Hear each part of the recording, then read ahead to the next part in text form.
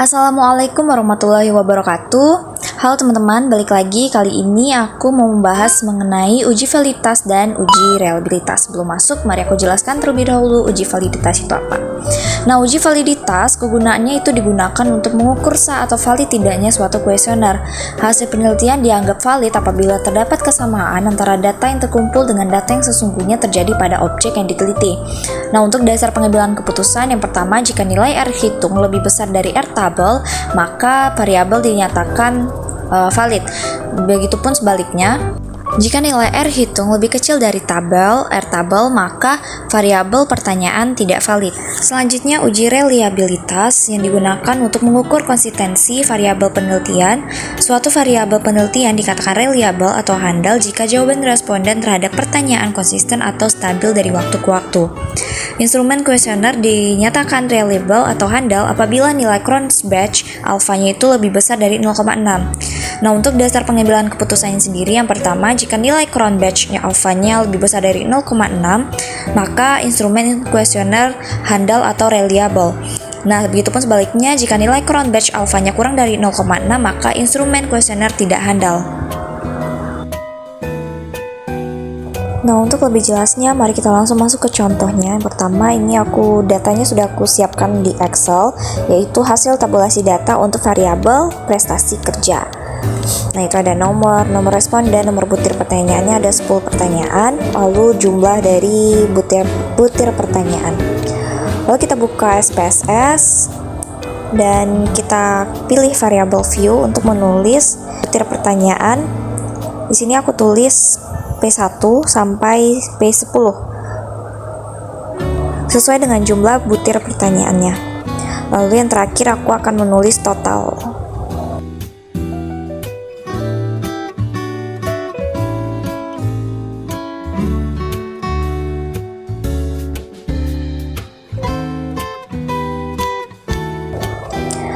Dan seperti biasa dirapihin. Untuk desimalnya kita nolkan karena kita tidak menggunakan desimal. Lalu untuk online-nya kita rapikan, kita atur ke tengah. Jika semuanya sudah rapi, lalu kita buka data view untuk kita memindahkan butir pertanyaan sampai dengan jumlah. Lalu kita copy dan kita pindahkan ke SPSS, khususnya di bagian data view, lalu kita paste. Untuk langkah selanjutnya adalah uji validitas. Langkah-langkahnya yang pertama yaitu kita pilih analyze, terus kita pilih correlate, lalu bivariate. Nah, kita pindahkan semuanya dengan klik Ctrl A, lalu kita pindahkan dan centang sesuai gambar di atas, lalu kita pilih OK. Dan nanti hasilnya akan muncul di output.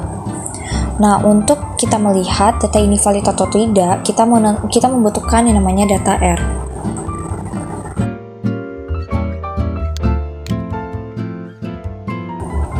Data R di sini bisa dilihat distribusi nilai, tabel signifikan 5% dan 1%. Untuk bagian E itu adalah jumlah populasi sampel kita. Kalau di sini jumlah sampelnya itu ada 20, jadi kita lihat untuk bagian N itu kita pilih bagian 20 sesuai dengan jumlah populasi sampel. Kita ambil bagian 5% karena tingkat signifikannya 5%. Nah, itu ada 0,44 menjadi acuan kita. Lalu kita buka outputnya. Nah, untuk melihat apakah pertanyaan itu valid atau tidak, kita hanya perlu memfokuskan bagian Pearson correlation dan bagian total. Untuk bagian pertanyaan pertama, untuk Pearson correlation-nya totalnya berjumlah 0,678, yang berarti kita kembali pada dasar pengambilan keputusan kita bahwa jika nilai R hitung lebih besar dari R tabel, maka variabel pertanyaan valid. Begitupun sebaliknya, jika nilai R hitung lebih kecil dari R tabel, maka variabel pertanyaan tidak valid. Karena nilai pertanyaan pertama lebih besar dari R tabel yaitu 0,44, maka dinyatakan valid. Begitu juga dengan nomor 2 valid, pertanyaan 3 valid, walaupun ada selisih sedikit sampai pertanyaan nomor 10 valid karena sama-sama lebih besar dari 0,44. Jadi dapat disimpulkan setelah kita melakukan uji validitas pada kuesioner ini, dinyatakan bahwa seluruh pertanyaannya valid. Untuk menguji uji reliabilitas, kita hanya perlu klik analyze, terus scale, reliability analysis. Kita pindahkan semuanya kecuali total dengan klik Ctrl A. Perlu diingat bahwa yang kita masukkan itu hanya pertanyaan yang valid. Jika tidak, kita buang. Untuk bagian statistik, kita hanya perlu menceklis bagian scale if item deleted. Lalu kita pilih continue dan OK. Dan hasilnya langsung muncul di output dan kita hanya perlu memfokuskan bagian reliability statistik. Kita balik lagi ke dasar pengambilan keputusan bahwa jika nilai Cronbach's alfanya lebih besar dari 0,6 maka instrumen kuesioner handal atau reliable. Begitupun sebaliknya, jika nilai Cronbach's alfanya lebih kecil dari 0,6 maka instrumen kuesioner dikatakan tidak handal. Karena untuk semua Cronbach's alpha yang ada di output lebih besar dari 0,6 maka semuanya dikatakan reliable. Jadi untuk kuesioner ini dinyatakan valid dan handal. Oke, jadi demikian tutorial dari aku terkait uji validitas dan reliabilitas. Terima kasih, sekian, wassalamualaikum warahmatullahi wabarakatuh.